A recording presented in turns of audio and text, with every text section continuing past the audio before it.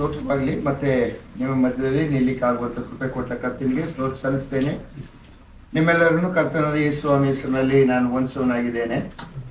ಈ ಸಮಯದಲ್ಲಿ ನಾವು ಕಳೆದ ಸಲ ಪ್ರಾರಂಭ ಮಾಡಿದ್ದೇವೆ ಪವಿತ್ರಾತ್ಮನ ಬಗ್ಗೆ. ಈ ದಿವಸಗಳಲ್ಲಿ ಈ ಪವಿತ್ರಾತ್ಮನ ಬಗ್ಗೆ ಸರಿಯಾದ ಗ್ರಹಿಕೆ ಹೆಚ್ಚಿನ ಸಭೆಗಳಲ್ಲಿ ಇಲ್ಲ. ನಿಮ್ಮ ಬಗ್ಗೆ ನಾನು ಮಾತನಾಡುವುದಿಲ್ಲ. ಅನೇಕ ಸಭೆಗಳಲ್ಲಿ ಅನೇಕ ಕಡೆಗಳಲ್ಲಿ ನಾನು ಹೋಗ್ತಾ ಇರ್ತೇನೆ. ನಮ್ಮ ಬ್ರದನ್ ಸಭೆಗಳಲ್ಲೇ ಈ ಸತ್ಯ ಬೋಧನೆ, ಪವಿತ್ರಾತ್ಮನ ಕುರಿತಾದಂಥ ಆಳವಾದ ಸತ್ಯವಾದ ಬೋಧನೆಗಳು ಸಿಗದೇ ಇರುವುದರಿಂದ ಅನೇಕ ನಮ್ಮ ಜನರು ಈ ದಿವಸಗಳಲ್ಲಿ ಪೆಂಟೆಕೋಸ್ಟ್ ಸಭೆಗಳಲ್ಲಿ ಸೇರಿಕೊಂಡು ಅಲ್ಲಿ ಪ್ರಮುಖ ಸ್ಥಾನಗಳಲ್ಲಿ ಕೂತಿದ್ದಾರೆ. ಇದಕ್ಕೆ ಕಾರಣ ಏನಂದ್ರೆ ನಾವು ಬೋಧಕರೆನಿಸಿಕೊಂಡವರು ನಾವು ಬೋಧನೆ ಮಾಡಲಿಲ್ಲ. ಅವರಿಗೆ ನಮಗೆ ಗೊತ್ತಿಲ್ಲ. ನಮಗೆ ಗೊತ್ತಿಲ್ಲ ನಾವು ಬೋಧನೆ ಏನು ಮಾಡ್ತೇವೆ? ಎಲ್ಲ ರೀತಿಯಾದ ಕನ್ಫ್ಯೂಷನ್. ಅದರಿಂದ ನಾನು ಯಾಕೆ ಈ ಪವಿತ್ರಾತ್ಮನ ಬಗ್ಗೆ ನಿಮಗೆ ತಗೊಂಡಿದ್ದೇನೆ ಅಂದರೆ, ನಾನು ಅನೇಕರಲ್ಲಿ ಕೇಳ್ತಾ ಇರ್ತೇನೆ. ಈ ದಿವಸಗಳಲ್ಲಿ ಯೂಟ್ಯೂಬ್ ಯುಗ ಇದೆ. ಯೂಟ್ಯೂಬ್ ಯುಗದಲ್ಲಿ ಸಿಕ್ಕಿರುವಂತ ಈ ಜನಾಂಗ ನಾವು ಯಾವ ಲೋಕಕ್ಕೆ ಹೋಗ್ತೀವಿ ಅಂತ ನನಗೆ ಭಯ ಹೋಗಿದೆ. ಯಾಕಂದ್ರೆ ಸತ್ಯವಾಕ್ಯ ಕೇಳದಂತ ದಿವಸಗಳು ಇದು. ತೀಟೆ ಕಿವಿಗಳು ಉಳ್ಳವರು ಅಂತ ಪೇತ್ರನ್ ಬರೀತಾನೆ. ತೀಟ ಕಿವಿ ನಮಗೆ. ಈ ತೀಟ ಕಿವಿಗಳನ್ನ ಅವರು ನೆನಪಿನಲ್ಲಿ ಇಟ್ಕೊಂಡು ಈ ಯೂಟ್ಯೂಬ್ಗಳಲ್ಲಿ ತಮ್ಮದೇ ಆದ ಐಡಿಯಾಗಳನ್ನ ಬಿಡ್ತಾ ಇರ್ತಾರೆ ದೇವರ ವಾಕ್ಯದಲ್ಲಿ. ಈ ವಾಕ್ಯಗಳನ್ನ ಗ್ರಹಿಸುವಂತ ನಮ್ಮ ಮಕ್ಕಳು, ನಿಮಗೆ ಸತ್ಯ ವಾಕ್ಯದ ತಿರುಳು ಗೊತ್ತಿಲ್ಲದೆ ಹೋದ್ರೆ ನಾವು ನೀವು ಕೂಡ ಇದೇ ಹಾದಿ ಹಿಡಿತೇವೆ. ಕೊನೆಗೆ ಅದರ ಅಂತ್ಯ ಏನು ಅಂದ್ರೆ ನಾಶ. ಈ ಕಾರಣದಿಂದ ಕಳೆದ ಸಲ ನಾನು ಪವಿತ್ರಾತ್ಮನ ಆಗಮನ ಅಥವಾ ಪವಿತ್ರಾತ್ಮನ ದಾನ, ಪವಿತ್ರಾತ್ಮನ ಸ್ನಾನ, ಪವಿತ್ರಾತ್ಮನ ವರ ಅಂದ್ರೆ ಏನು, ಯಾವಾಗ ನಮಗೆ ಪವಿತ್ರಾತ್ಮನು ನಮ್ಮಲ್ಲಿ ಬರ್ತಾನೆ, ಇದರ ಬಗ್ಗೆ ನಾನು ತಿಳುವಳಿಕೆ ನಿಮ್ಗೆ ಕೊಡ್ತಾ ಬಂದಿ. ಯಾಕಂದ್ರೆ ಈ ದಿವಸ ನನಗೆ ಹೆಚ್ಚು ಸಮಯ ತಗೊಂಡ್ರೆ ನೀವು ನನ್ನ ಓಡಿಸ್ಕೊಂಡ್ ಬಂದ್ಬಿಡ್ತೀರಿ. ನಾನು ಬಂದಾಗಲೇ ಕೇಳ್ಕೊಂಡೆ, ನಿಮಗೆ ಬಿಸ್ನೆಸ್ ಜೋರಾಗಿದೆ ಇವಾಗ. ಈ ಟೈಮಲ್ಲಿ 6:30ವರೆಗೂ ನಿಮ್ಮನ್ನು ಕೂರಿಸ್ಕೊಂಡ್ರೆ ನೀವು ನಮ್ಮನ್ನ ಓಡಿಸ್ಕೊಂಡು ಹೋಗ್ತೀರಿ ಅಂತ ಕಾಣಿಸ್ತದೆ. ಅದರಿಂದ ನಾನು 6 ಗಂಟೆ ಒಳಗೆ ನಿಲ್ಲಿಸ್ಬೇಕು. ಈಗ ಈ ಪವಿತ್ರಾತ್ಮನ ಬಗ್ಗೆ ಕಳೆದ ಸಲ ನಿಮ್ಮ ಮಧ್ಯದಲ್ಲಿ ನಾನು ಹೇಳ್ತಾ ಬಂದೆ. ಸತ್ಯವೇದದಲ್ಲಿ ಪವಿತ್ರಾತ್ಮನು ಯೇಸು ಸ್ವಾಮಿ ಲೋಕದಲ್ಲಿದ್ದ.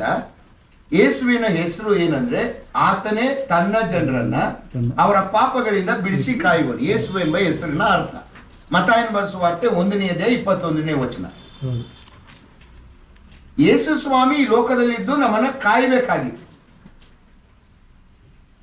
ಕಾಯ್ಲಿಕ್ಕೆ ಆಗೋದಿಲ್ಲ ಯೇಸು ಸ್ವಾಮಿ. ಯಾಕಂದ್ರೆ ಯೇಸು ಸ್ವಾಮಿ ನಮ್ಮಲ್ಲಿ ಇರ್ಲಿಕ್ಕೆ ಆಗೋದಿಲ್ಲ.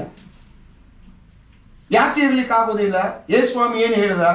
ಯೋಹಾನ್ ಬರೆಸುವಾರ್ತೆ 16ನೇ ಅಧ್ಯಾಯ 7ರಿಂದ 8 ವಚನ ದಯಮಾಡಿ ಓದ್ರಿ. ಯೋಹಾನ್ ಬರೆಸುವಾರ್ತೆ 16ನೇ ಅಧ್ಯಾಯ. ನಾನು ನಿಮಗೆ ಈ ಅರ್ಜೆಂಟ್ ಹೋಗೋದಿಲ್ಲ, ಯಾಕಂದ್ರೆ ಇದನ್ನ ಸತ್ಯವಾಕ್ಯನ ಸರಿಯಾಗಿ ತಿಳ್ಕೊಳ್ಬೇಕು ನೀವು. ಅದಕ್ಕೋಸ್ಕರವಾಗಿ ನಾನು ಬಹಳ ನಿಧಾನವಾಗಿ ಮಾತನಾಡ್ತೇನೆ. ಯೋಹಾನ್ ಬರೆಸುವಾರ್ತೆ 16ನೇ ಅಧ್ಯಾಯ 7 ಮತ್ತು 8ನೇ ವಚನ ಏನ್ ಹೇಳಿದ? ನಿಮಗೆ ಸತ್ಯವನ್ನು ಹೇಳುತ್ತೇನೆ, ಕೇಳಿರಿ. ನಾನು ಹೋಗುವುದು ನಿಮಗೆ ಹಿತಕರವಾಗಿದೆ. ಹೇಗೆಂದರೆ ನಾನು ಹೋಗದಿದ್ದರೆ ಆ ಸಹಾಯಕ್ಕೂ ನಿಮ್ಮ ಬಳಿಗೆ ಬರುವುದಿಲ್ಲ. ನಾನು ಹೋದರೆ ಆತನನ್ನು ನಿಮ್ಮ ಬಳಿಗೆ ಕಳುಹಿಸಿಕೊಡುತ್ತೇನೆ. ಆತನು ಬಂದು ಪಾಪ, ನೀತಿ, ನ್ಯಾಯ ತೀರುವಿಕೆ ಈ ವಿಷಯಗಳಲ್ಲಿ ಲೋಕಕ್ಕೆ ಅರುಹನ್ನು ಹುಟ್ಟಿಸುವನು. ನಿಮ್ಮನ್ನು ನಡ್ಸ್ಕೊಂಡು ಹೋಗ್ತಾನೆ. ನಾನು ಇರೋಕ್ಕಾಗಲ್ಲ. ಎಸ್, ನಾನು ಕಾಯ್ಬೇಕು ನಿಮ್ಮನ್ನ. ಆದ್ರೆ ನಾನು ಹೋಗುದು ಅವಶ್ಯ. ಒಳ್ಳೆ ತಮಾಷೆ ಆಯ್ತಲ್ಲ, ಹೋಗೋದು ಹಿತಕರ ಅಂತೆ. ಏನ್ ಅನಿಲ್ ಅವ್ರೆ, ನಾವು ನಮ್ಮ ಹೆಂಡತಿ ಮಕ್ಕಳು ಜೊತೆಗಿದ್ದು ಕಾಪಾಡ್ಬೇಕಾದ್ರೆ ನಮ್ಮ ಜವಾಬ್ದಾರಿ ಅಲ್ವಾ? ಇಲ್ಲ ನಾನು ಬಾಂಬೆಗೆ ಹೋಗಿರ್ತೀನಿ, ನಾನು ಹೋಗೋದು ನಿಮ್ಗೆ ಹಿತ ಅಂತ ಹೇಳ್ಬಿಟ್ಟು ನಾವು ಬಿಟ್ಬಿಟ್ಟು ಹೋಗ್ಬಿಟ್ರೆ ಚಂದ್ರನ ಅದು ಹಿತನ? ಅದು ಈಗ ಯೇಸು ಸ್ವಾಮಿ ಹೇಳ್ತಿರೋದು ಅದೇ ಅಲ್ವಾ? ನಾನು ನಿಮ್ ಜೊತೆಗಿರ್ಬೇಕು, ನಿಮ್ಮನ್ನು ಕಾಯ್ಬೇಕು. ನನ್ನ ಹೆಸರಿನ ಅರ್ಥನೇ ಅದು. ಬಟ್ ನಾನು ಹೋಗೋದು ಹಿತ ನಿಮಗೆ ಅಂತ ಹೇಳ್ತಾನೆ. ಏನದು ಹಿತ? ಏನ್ ಹಿತ? ಏನ್ ಅರ್ಥ ಮಾಡ್ಕೊಂಡ್ರಿ?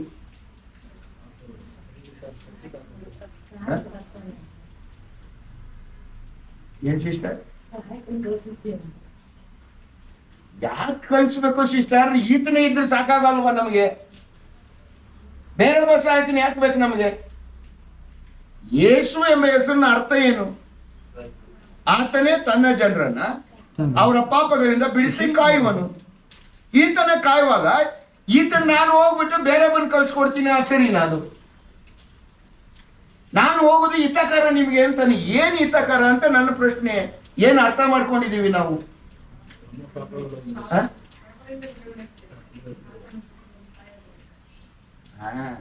ಯೇಸು ಹೇಳ್ತಾ ಇರೋದೇನಂದ್ರೆ, ನಾನು ನಿಮ್ಮನ್ನ ಕಾಯಬೇಕು. ಎಸ್, ಬಟ್ ನಾನು ಮರಣ ಹೊಂದದೇ ಹೋದ್ರೆ ನಿಮಗೆ ರಕ್ಷಣೆನೇ ಆಗಲ್ಲ. ರಕ್ಷಣೆ ಆಗ್ಬೇಕಾದ್ರೆ ನಾನು ಮರಣ ಹೊಂದಬೇಕು. ಮರಣ ಹೊಂದಿದ್ರೆ ನಾನು ಮಹಿಮಾ ಶರೀರವನ್ನು ಧರಿಸಲೇಬೇಕು. ಜೀವಿತನಾಗಿ ಎದ್ದು ಬರ್ಬೇಕು. ನಾನು ಜೀವಿತನಾಗಿ ಎದ್ದು ಬಂದಾಗ ಮಹಿಮಾ ಶರೀರ ಧರಿಸ್ತೀನಿ. ಮಹಿಮಾ ಶರೀರ ಧರಿಸಿ ನಿಮ್ಮ ಒಟ್ಟಿಗೆ ಇರ್ಲಿಕ್ಕೆ ಆಗೋದಿಲ್ಲ. ಅದಕ್ಕೆ ನಾನು ಏನ್ ಮಾಡ್ತೇನೆ, ನಾನು ನಿಮಗೆ ರಕ್ಷಣಾ ಕಾರ್ಯಕ್ಕೋಸ್ಕರವಾಗಿ ಮರಣ ಹೊಂದ್ತೇನೆ. ನಿಮ್ಮನ್ನು ಬಿಟ್ಟು ಹೋಗ್ಲೇಬೇಕು. ಯಾಕಂದ್ರೆ ನಿಮ್ಗೆ ರಕ್ಷಣೆ ಆಗ್ಬೇಕಾದ್ರೆ ನಾನು ಸಾಯಲೇಬೇಕು. ಸತ್ತ ನಂತರ ನಾನು ಪರಲೋಕಕ್ಕೆ ಏರಿ ಹೋಗ್ತೇನೆ. ಏರಿ ಹೋದಾಗ ನಿಮ್ಮನ್ನು ಅನಾಥರಾಗಿ ಬಿಡೋಕೆ ಹೋಗುದಿಲ್ಲ. ನಾನು ಏನ್ ಮಾಡ್ತೇನೆ, ತ್ರೈಕತ್ವದಲ್ಲಿ ಒಬ್ಬನಾದಂತ ಪರಿಶುದ್ಧಾತ್ಮನನ್ನ ನನ್ನ ಹಾಗಿರುವ ಸಹಾಯಕನು ನನ್ನ ಹಾಗಿರ್ತಾನೆ, ನನ್ನ ಹಾಗೆ ನಿಮ್ಗೆ ಪ್ರೀತಿ ಮಾಡ್ತಾನೆ, ನನ್ನ ಹಾಗೆ ನಿಮ್ಮನ್ನು ನಡೆಸ್ತಾನೆ. ಆತನನ್ನ ನಾನು ಕಳಿಸ್ಕೊಡ್ತೇನೆ. ಕಳಿಸ್ಬೇಕಾದ್ರೆ ನಾನು ಹೋಗ್ಲೇಬೇಕು. ನಾನು ಹೋಗದೆ ಆತನ ಬರಕ್ಕಾಗಲ್ಲ, ಬರ್ಲಿಕ್ಕಾಗಲ್ಲ. ಏ ಸ್ವಾಮಿ, ಅದೇ ಆಯ್ತು. ಸತ್ತು ಜೀವಿತನಾಗಿ ಎದ್ದನು. ಶಿಷ್ಯರಿಗೆ ಹೋಗುವಾಗ ಒಂದು ಮಾತು ಹೇಳುವುದ. ಏನ್ ಹೇಳುವುದ? ಯೋಹಾನ ಬರೆಸುವ ಅಪೊಸ್ತಲರ ಕೃತ್ಯ 1:5 ವಚನ. ಅಪೊಸ್ತಲರ ಕೃತ್ಯ 1:5.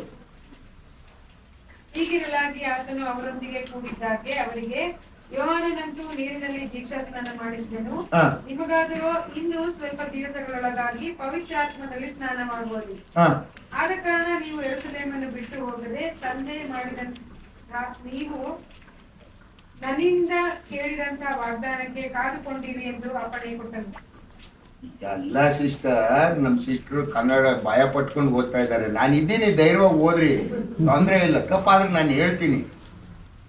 ಅಲ್ಲಿ ತಂದೆ ನಿಮಗೆ ವಾಗ್ದಾನ ಮಾಡಿದಂತ, ನಾನು ನಿಮಗೆ ತಿಳಿಸಿದಂತ ಏನು? ನಾನು ಬೇರೊಬ್ಬ ಸಹಾಯಕನನ್ನ ಕಳಿಸ್ತೀನಿ. ಅದನ್ನ ನಾನು ಹೇಳಿದ್ದೀನಲ್ವಾ? ಅದು ಆಗ್ಬೇಕಾದ್ರೆ, ಪರಿಶುದ್ಧಾತ್ಮನು ಬರಬೇಕಾದ್ರೆ ನೀವೇನ್ ಮಾಡಬೇಕು? ಕಾಯ್ಬೇಕು.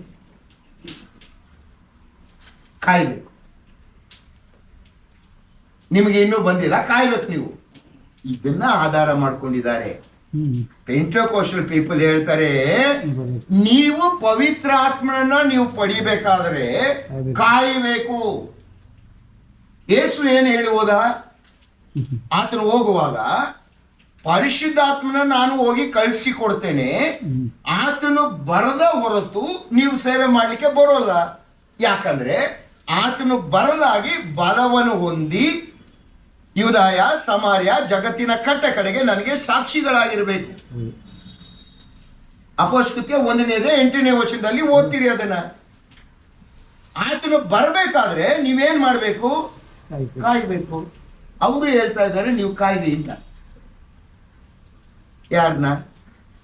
ಯಾರನ್ನ ಕಾಯ್ಬೇಕು ಅಂತಿದ್ದಾರೆ? ನಮ್ಮನ ಕಾಯ್ಬೇಕಲ್ವಾ? ಮತ್ತೆ ಸರಿ, ಇದನ್ನ ಅರ್ಥ ಮಾಡ್ಕೊಳ್ಬೇಕಾದ್ರೆ ಇವ್ರು ಹೇಳ್ತಾ ಇದಾರಲ್ವಾ, ಪೆಂಟೆಕೋಸ್ಟಲ್ ಹೇಳ್ತಾ ಇದ್ದಾರೆ, ಏ ಸ್ವಾಮಿ ಎಲ್ಲಿ ಕಾಯಿ ಅಂತ ಹೇಳಿದ್ದ? ಇದೆ ಅಲ್ಲ, ಯೆರೂಸಲೇಮ್ ಅಲ್ಲಿ. ನೀವು ನಾವೆಲ್ಲಿ ಕಾಯ್ಬೇಕಾಗಾದ್ರೆ? ನಾವಿರೋ ಜಾಗದಲ್ಲೇ. ಅವರು ಬನಶಂಕರಿ, ಬಸವನಗುಡಿ, ನಾನು ಆರ್ ಟಿ ನಗರ, ಇವರು ಹನುಮಂತ ನಗರ. ಹಂಗಾಗಿ ಅವ್ರವ್ರ ಏರಿಯಾದಲ್ಲಿ ಕಾಯಿರಿ ಅಂತ ಹೇಳಿ ಹೋಗಿದ್ದೆ ಯೇಸು ಸ್ವಾಮಿ. ಯೆರೂಸಲೇಮನ್ನ ಬಿಟ್ಟು ಹೋಗ್ಬೇಡಿ ಅಂತ ಹೇಳಿದ್ದ. ಸರಿ, ಬಂತ ಪವಿತ್ರಾತ್ಮ? ಬಂದನ? ಅದಕ್ಕಿಂತ ಮುಂಚೆ ಪವಿತ್ರಾತ್ಮ ಇರ್ಲಿಲ್ವಾ? ಯೇಸು ಸ್ವಾಮಿ ಲೋಕದಲ್ಲಿರುವಾಗ ಪರಿಶುದ್ಧಾತ್ಮ ಇರ್ಲಿಲ್ವಾ? ಮತ್ತೆ ಕಳ್ಸಿಕೊಡ್ತೀನಿ. ಯಾಕಂದ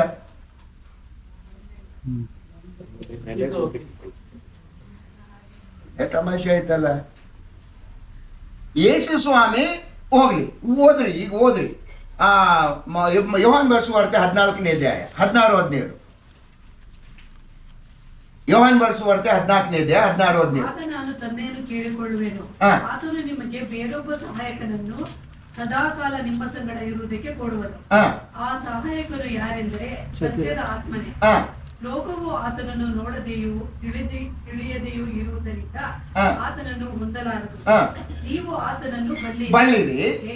ಹೇಗೆಂದರೆ ನಿಮ್ಮ ಬಳಿಯಲ್ಲಿ ವಾಸ ಮಾಡುತ್ತಾನೆ, ನಿಮ್ಮ ಬಳಿಯಲ್ಲಿ ವಾಸ ಮಾಡುತ್ತಾನೆ, ನಿಮ್ಮೊಳಗೆ ನಿಮ್ಮೊಳಗೆ ಇರ್ತಾನೆ. ಅದಿರ್ಲಿ, ಬಂದ ಮೇಲೆ ನಮ್ಮ ಜೊತೆಗೆ ಇರ್ತಾನೆ, ನಮ್ಮಲ್ಲೇ ಇರ್ತಾನೆ.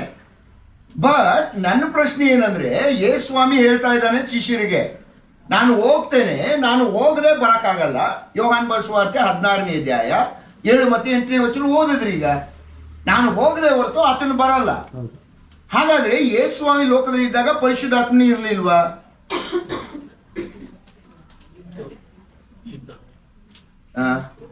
ನಮ್ಮ ಪಾಪ ಇರೋದ್ರಿಂದ ನೀಲು ಸುನೀಲ್ ಇಬ್ಬರು ಸೇರ್ಕೊಂಡು ನನಗೆ ಸರಿಯಾಗಿ ಕೈ ಕೊಡ್ಬೇಕು, ಇವನು ಬಿಟ್ಬಿಟ್ಟು ಬೇರೆ ಕಡೆ ಬೋಧನೆ ಮಾಡ್ಬೇಕು ಅಂತ ಹೇಳ್ತಾ ಇದಾರೆ. ಈಗ ಈ ಬೆಕ್ಕನ ತಲೆಗೆ ತುಪ್ಪ ಹಾಕ. ಏನ್ ಹೇಳಿದ್ರಿ ಸುನೀಲ್ ಬ್ರದರ್, ಹೇಳ್ರಿ. ಮೊದಲು ಪಾಪ ಇತ್ತಲ್ಲ ಬ್ರದರ್, ನಮ್ಮ ಪಾಪಗೋಸ್ಕರ ಯೇಸು ಸ್ವಾಮಿ ಸತ್ನ. ಇಲ್ಲ, ನನ್ನ ಪ್ರಶ್ನೆ, ನಾವು 100% ನೀವು ಹೇಳ್ತಾ ಇರೋದು ಸತ್ಯ, ನಾವು ಪಾಪಿಗಳು. ಪರಿಶುದ್ಧಾತ್ಮನು ಯೇಸುಸ್ವಾಮಿ ಲೋಕದಲ್ಲಿ ಇದ್ದಾಗ ಇದ್ನ ಇಲ್ವಾ? Yes or no? ಇದ್ನ ಮತ್ತೆ ಕಳಿಸ್ಕೊಡ್ತೀನಿ. ಯಾಕಂದ ಯೇಸುಸ್ವಾಮಿ ಮಾತೆ ಹಂಗೆ ಅಲ್ವಾ? ಒಮ್ಮೆ ದ್ರಾಕ್ಷೆ ತೋಟದ ಮಧ್ಯೆ ಹೋಗ್ತಾ ಇರ್ತಾನೆ, ಸಡನ್ ಆಗಿ ನಿಂತ್ಕೊಂಡ್ಬಿಟ್ಟು, ನಾನೇ ದ್ರಾಕ್ಷೆ ಬಳ್ಳಿ, ನನ್ನ ತಂದೆ ತೋಟಗಾರ, ನೀವು ರೆಂಬೆಗಳು. ಬೆಳಿಗ್ಗೆ ತಾನೇ ಚೆನ್ನಾಗಿದ್ದ, ಈಗ ತಾನೇ ಇದಕ್ಕಿದ್ದಂಗೆ ದ್ರಾಕ್ಷೆ ಬಳ್ಳಿ ಅಂತ ನಮ್ನ. ಇನ್ನೊಂದು ದಿವಸ ಯೋಹಾನ್ ಬರೆಸುವಾರ್ತೆ 6ನೇ ಅಧ್ಯಾಯದಲ್ಲಿ, ನಾನು ಮಾಂಸ ತಿನ್ಬೇಕು, ರಕ್ತ ಕುಡಿಬೇಕು, ಇಲ್ಲಿವ್ರೆ ನೀವು ಯಾರು ಪರಲೋಕ ರಾಜ್ಯಕ್ಕೆ ಹೋಗಲ್ಲ, ಬರಕ್ಕಾಗಲ್ಲ. ಯಾನೇ ಇವನು ಅಂತ ಎಲ್ಲ ಬಿಟ್ಟೋಟೋದ್ರಂತ. 12 ಜನ ಉಳ್ಕೊಂಡು ಎಲ್ಲ ಬಿಟ್ಟೋಟೋದ್ರು. ಮಾಂಸ ತಿನ್ನಿಸ್ತಾನೆ, ಮನುಷ್ಯನ ಮಾಂಸ ತಿನ್ನಕ್ಕೆ ಹೇಳ್ತಾನೆ ಅಂತ ಹೇಳಿ ಬಿಟ್ಟೋಟೋದ್ರು ಅಂತ ಓದ್ತೀರಿ. ಹಾಗಾದ್ರೆ ನೀವ್ ಹೇಳೋ ಪ್ರಕಾರ ಪವಿತ್ರಾತ್ಮನಿದ್ದಾನೆ, ಮತ್ತೆ ಯಾಕೆ ಕಳಿಸ್ಕೊಡ್ತೀನಿ, ಯಾಕೆ ಹೇಳ್ತಾನೆ ಯೇಸುಸ್ವಾಮಿ? ನಾನು ಹೋಗದೆ ಬರಲ್ಲ, ನಾನು ಹೋದ್ಮೇಲೆ ಕಳಿಸ್ತೀನಿ, ಯೆರೂಸಲೇಮಿಗೆ ಕಾಯ್ತಾ ಇರ್ರಿ. ಪರಿಶುದ್ಧಾತ್ಮ ಇದ್ನ. ಹಾಗಾದ್ರೆ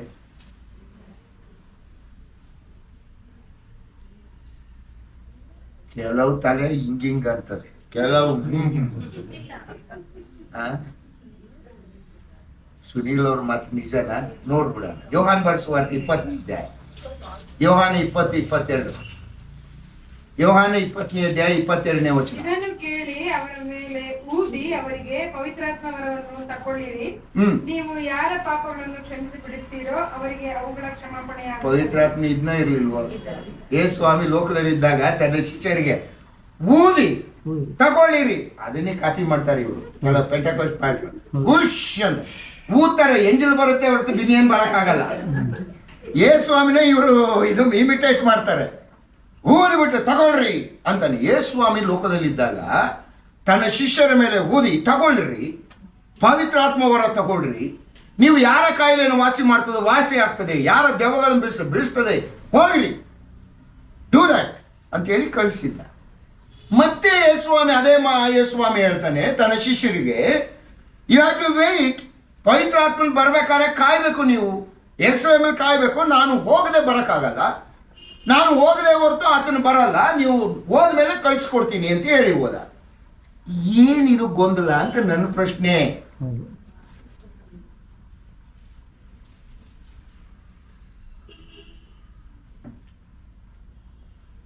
ಹಿಂಗೆ ನೋಡ್ತಾ ಇರೋಣ ಸುಮ್ಮನೆ. ಹಳೆ ಒಡಂಬಡಿಕೆ ಸಮಯದಲ್ಲಿ ಯೇಸುಸ್ವಾಮಿ ಲೋಕದಲ್ಲಿ ಕಾರ್ಯಗಳಿತ್ತ. ಬ್ರದರ್ ಹೇಳ್ತಾ ಇದಾರೆ ಇತ್ತು ಅಂತ. ನಾನು ನೆಕ್ಸ್ಟ್ ಮಾತಾಡೋಕೆ ಬರೋ ಆಮೇಲೆ ಬೈತಾರೆ ಅವರು. ಇತ್ತಲ್ವ? ಹೆಂಗ್ ಗೊತ್ತು ನಿಮ್ಗೆ ಇತ್ತು ಅಂತ? ಒಂದೇ ಒಂದು ವಚನ ತೋರಿಸ್ತೀನಿ, ಓದ್ಬಿಡ್ರಿ. 1 ಕೊರಿಂಥದವರಿಗೆ ಬರೆದ ಪತ್ರಿಕೆ 10ನೇ ಅಧ್ಯಾಯ 4ನೇ ವಚನ. 1 ಕೊರಿಂಥ 10:4. ಅವರೆಲ್ಲರೂ ದೈವಿಕವಾದ ಒಂದೇ ಆಹಾರವನ್ನು ತಿಂದರು, ಅವರೆಲ್ಲರೂ ದೈವಿಕವಾದ ಒಂದೇ ನೀರನ್ನು ಕುಡಿದರು. ಹೇಗೆಂದರೆ ಅವರ ಹಿಂದೆ ಹೋಗುತ್ತಿದ್ದ ದೈವಿಕವಾದ ಬಂಡೆಯೊಳಗಿಂದ ಬಂದ ನೀರನ್ನು ಕುಡಿಯುತ್ತಿದ್ದರು. ಆ ಬಂಡೆ ಕ್ರಿಸ್ತನೇ. ಮೇಘಸ್ತಂಭ, ದೀಪಸ್ತಂಭ, ಅವರ ಮುಂದೆ ಹೋಗ್ತಾ ಇದ್ದಂತ ಬಂಡೆ ಎಲ್ಲವೂ ಕ್ರಿಸ್ತನೇ ಆಗಿದ್ದ. ಅಬ್ರಹಾಮನ ಮನೆಗೆ 3 ಜನ ಬಂದ್ರಲ್ಲ, ಯಾರು ಅವರು? ಅವರಲ್ಲಿ ಒಬ್ಬನು ಕ್ರಿಸ್ತನು ತಾನೆ, ಕರ್ತನ ದೂತನಂತೆ ಬಂದು ಕಾರ್ಯ ಮಾಡ್ತಾ ಇದ್ದ. ಬಟ್ ಗಲಾತ್ಯ 4:4 ಏನು ಓದ್ತೀರಿ? ಗಲಾತ್ಯ 4:4 ಓದ್ರಿ.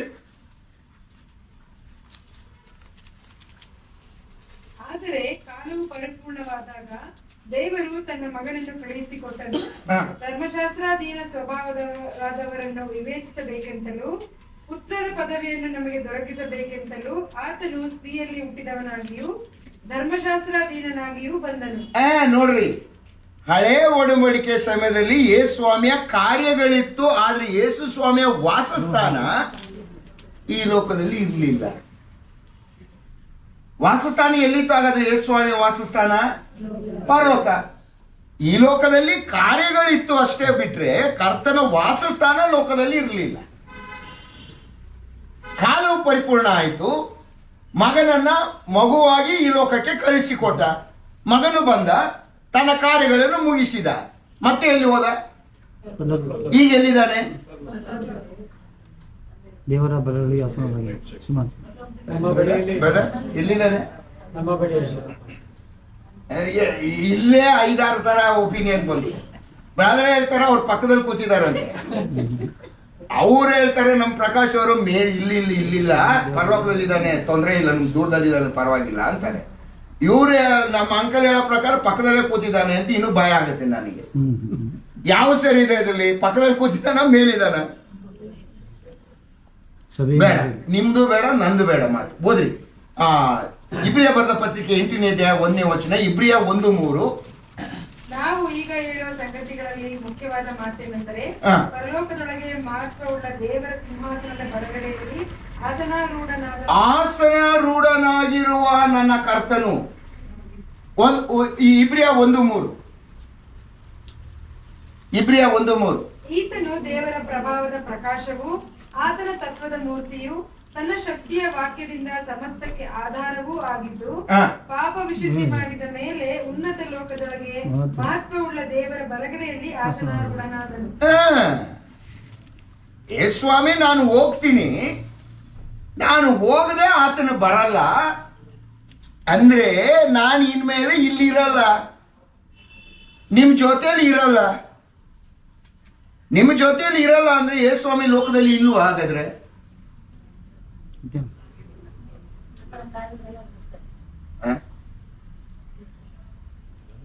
ಪ್ರಕಟಣೆ ಬರೆದ ಪುಸ್ತಕ 3ನೇ ಅಧ್ಯಾಯ 20ನೇ ವಚನ.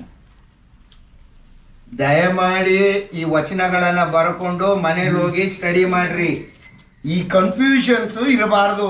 ನಾನು ಅದಕ್ಕೆ ನಿಮಗೆ ನಿಧಾನವಾಗಿ ಬಿಡಿಸಿ ಹೇಳ್ತಾ ಇದ್ದೀನಿ. ಎಲ್ಲಿ? ಯಾವ ಬಾಗಿಲಲ್ಲಿ? ನಮ್ಮ ಹೃದಯ ಎಲ್ಲಿದೆ? ಪರಲೋಕದಲ್ಲಿ ಇದೆ? ಇಲ್ಲ ಇದೆಯಾ? ಇಲ್ಲ ಇದೆ. ಹಂಗಂದ್ರೆ ಏ ಸ್ವಾಮಿ ಎಲ್ಲಿದ್ದಾನೆ? ಮತ್ತೆ ಅಲ್ಲಿದ್ದಾನೆ ಅಂತ ವಾಕ್ಯದಲ್ಲಿ ಇದೆಯಲ್ಲ, ಅದೇನು? ಯೇಸು ಸ್ವಾಮಿಯ ಕಾರ್ಯಗಳಿದೆ. ಏನಂಕಲ್?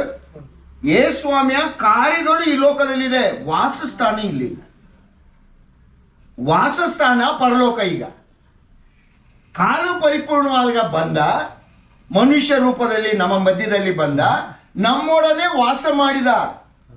ಈಗ ನಮ್ಮ ಸಂಪರ್ಕವನ್ನು ಬಿಟ್ಟು ಹೋಗ್ಬೇಕಾಯ್ತು. ದೈಹಿಕವಾಗಿ ನಿಮ್ಮ ಜೊತೆಯಲ್ಲಿ ನಾನು ಇರ್ಲಿಕ್ಕೆ ಬರುವುದಿಲ್ಲ, ನಾನು ಇರ್ಲಿಕ್ಕೆ ಬರೋದಿಲ್ಲ ಅಂತ ಹೇಳುವಾಗ ಪರಿಶುದ್ಧಾತ್ಮನು ಈ ಸಮಯದಲ್ಲಿ ಇದ್ದಾನೆ, ಕಾರ್ಯ ಮಾಡ್ತಾ ಇದ್ದಾನೆ. ಆದ್ರೆ ಆತನ ವಾಸಸ್ಥಾನ ಪರಲೋಕ ಇದೆ. ನಾನೇನು ಮಾಡ್ತೀನಿ? ನನ್ನ ವಾಸಸ್ಥಾನ ಈ ಲೋಕದಲ್ಲಿ ಇದೆ. ನಾನೇನು ಮಾಡ್ತೀನಿ? ನನ್ನ ವಾಸಸ್ಥಾನವನ್ನ ಪರಲೋಕಕ್ಕೆ ಶಿಫ್ಟ್ ಮಾಡ್ತೇನೆ. ನಾನು ಅಲ್ಲಿಗೆ ಹೋಗೋದ್ರಿಂದ ನಿಮ್ಮನ್ನ ಕಾಯ್ಲಿಕ್ಕೆ, ನಿಮ್ಮನ್ನ ನಡೆಸಲಿಕ್ಕೆ ತ್ರೈಕತ್ವದಲ್ಲಿ ಮತ್ತೊಬ್ಬನಾದಂತ ಪರಿಶುದ್ಧಾತ್ಮ ನಿಮ್ಮ ಬಳಿಗೆ ಕಳಿಸ್ಕೊಡ್ತೇನೆ. ನಿಮ್ಮಲ್ಲೇ ಇರ್ತಾನೆ, ಇಲ್ಲೇ ಇರ್ತಾನೆ ನಿಮ್ಮ ಜೊತೆಯಲ್ಲಿ. ಅರ್ಥ ಆಯ್ತಾ ನಿಮ್ಗೆ? ಪರಿಶುದ್ಧಾತ್ಮನ ಕಾರ್ಯಗಳಿತ್ತು.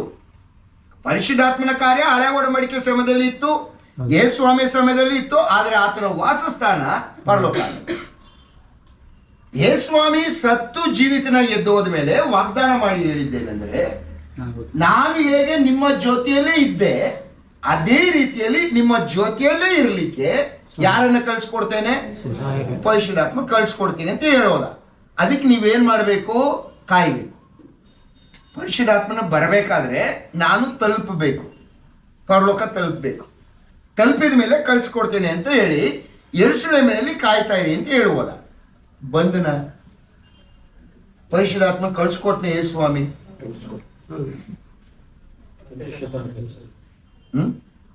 ಕಳ್ಸಿಕೊಟ್ನ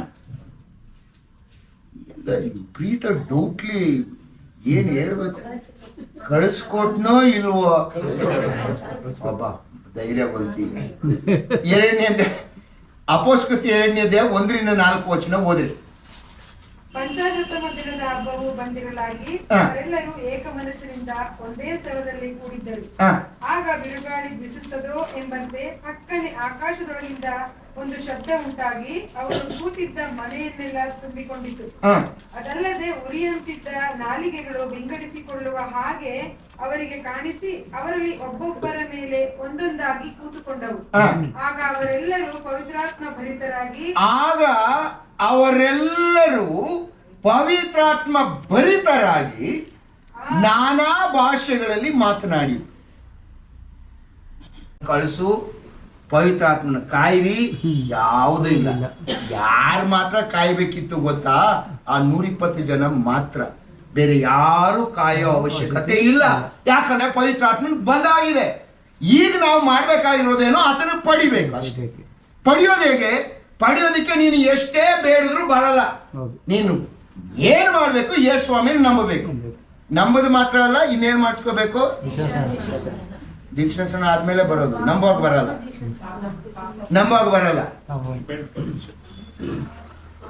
ಸಿಸ್ಟರ್ ಅಲ್ಲ ಬ್ರದರ್, ಅಂಗೀಕರಿಸೋದು ಸರಿ. ಅಂಗೀಕರಿಸಿದಾಗ್ಲೇ ಬರ್ತಾನ, ದೀಕ್ಷಾಸ್ನಾನ ಆಗ್ಬೇಕಾ? ಯಾಕಂದ್ರೆ ಅಲ್ಲಿ ಏನ್ ಹೇಳ್ತಾನೆ ಪೇತ್ರ? ನಿಮ್ಮ ಪಾಪಗಳ ಪರಿಹಾರವಾಗುವುದಕ್ಕಾಗಿ ನಿಮ್ಮಲ್ಲಿ ಪ್ರತಿಯೊಬ್ಬರು ದೇವರ ಕಡೆಗೆ ತಿರುಗಿಕೊಂಡು ಯೇಸು ಕ್ರಿಸ್ತನ ಹೆಸರಿನ ಮೇಲೆ ದೀಕ್ಷಾಸ್ನಾನ ಮಾಡಿಸಿಕೊಳ್ಳಿರಿ. ಆಮೇಲೆ ಪವಿತ್ರಾತ್ಮ ಬರ್ತದೆ. ಆಗ ಅದಕ್ಕೆ ನನ್ನ ಪ್ರಶ್ನೆ ಏನಂದ್ರೆ, ನಂಬಿದ್ರೆ ಬರಲ್ಲ, ನಂಬಿ ದೀಕ್ಷಾಸ್ನಾನ ಮಾಡಿದ್ರೆ ಮಾತ್ರ ಬರ್ತಾನ ಅಂತ ಪ್ರಶ್ನೆ. ನಮ್ ಲೇಡೀಸ್ ಒಪ್ತಿಲ್ಲ. ಅವ್ರು ಒಪ್ಪದೇ ಇರಕ್ಕೆ ಕಾರಣ ಇರ್ಬೇಕಲ್ಲ. ಓದ್ರಿ ಅಪೊಸ್ತಲಕೃತ್ಯ 10ನೇ ಅಧ್ಯಾಯ 44-46. ಅಪೊಸ್ತಲಕೃತ್ಯ 10:44-46. ಪೇತ್ರನು ಈ ಮಾತುಗಳನ್ನು ಇನ್ನು ಹೇಳ್ತಿರುವಾಗ ಅವನ ವಾಕ್ಯವನ್ನು ಕೇಳಿದವರ ಮೇಲೆ ಪವಿತ್ರಾತ್ಮರು ಇಳಿಯಿತು. ಅವರು ನಾನಾ ಭಾಷೆಗಳನ್ನು ಆಡುತ್ತಾ ದೇವರನ್ನು ಕೊಂಡಾಡುತ್ತಾ ಇರುವುದನ್ನು ಪೇತ್ರನ ಸಂಗಡ ಬಂದಿದ್ದ ಯೆಹೂದ್ಯರಾದ ವಿಶ್ವಾಸಿಗಳು ಕೇಳಿದಾಗ ಅನ್ಯ ಜನಗಳಿಗೂ ಪವಿತ್ರಾತ್ಮ ದಾನ ಮಾಡಲ್ಪಟ್ಟಿದೆಯಲ್ಲ ಎಂದು ಆಶ್ಚರ್ಯಪಟ್ಟರು. ನಡೆದ ಸಂಗತಿಯನ್ನು ಪೇತ್ರನನ್ನು ನೋಡಿ ನಮ್ಮ ಹಾಗೆಯೇ ಪವಿತ್ರಾತ್ಮ ದಾನವನ್ನು ಹೊಂದಿರುವಾದ ಇವರಿಗೆ ನೀರಿನ ಸ್ನಾನ ಮಾಡಿಸಿಕೊಳ್ಳುವುದಕ್ಕೆ ಏನಡ್ಡಿ? ಅಭ್ಯಾಸ ಮಾಡಿದೆ. ಯಾವಾಗ ಬಂತು ಪವಿತ್ರಾತ್ಮ? ನಮ್ಮದಾಗ ಬಂತು, ಸ್ನಾನ ಆದ್ಮೇಲೆ ಬಂತು.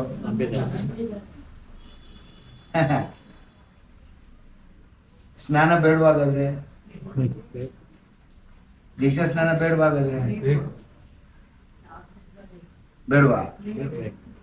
ಸುನೀಲ್ ಅವ್ರು ಏನು ಹೇಳ್ತಿಲ್ಲ, ಅದಕ್ಕೆ ಸುಮ್ಮನಿದ್ದೀನಿ. ಅದ್ರ ಅರ್ಥ ಇಷ್ಟೇ, ನೀನು ನಿಜವಾಗಿ ಕರ್ತನ ನಂಬಿದ್ರೆ ಪವಿತ್ರಾತ್ಮ ನಿನ್ನಲ್ಲಿ ಬರುವುದು ಸಹಜ, ಆಟೋಮೆಟಿಕ್.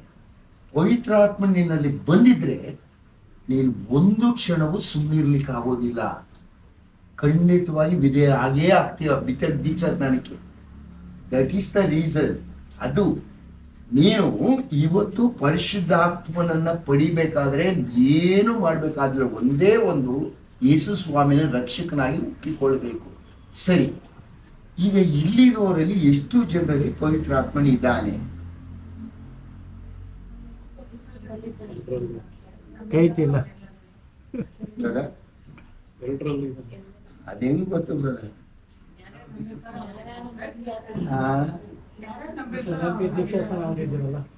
ಅಲ್ಲೇ ಎಷ್ಟು ಜನ ನಂಬಿದಿರಿ ಅಂತ ನಾನು ಕೇಳ್ತಾ ಇದ್ದೀನಿ.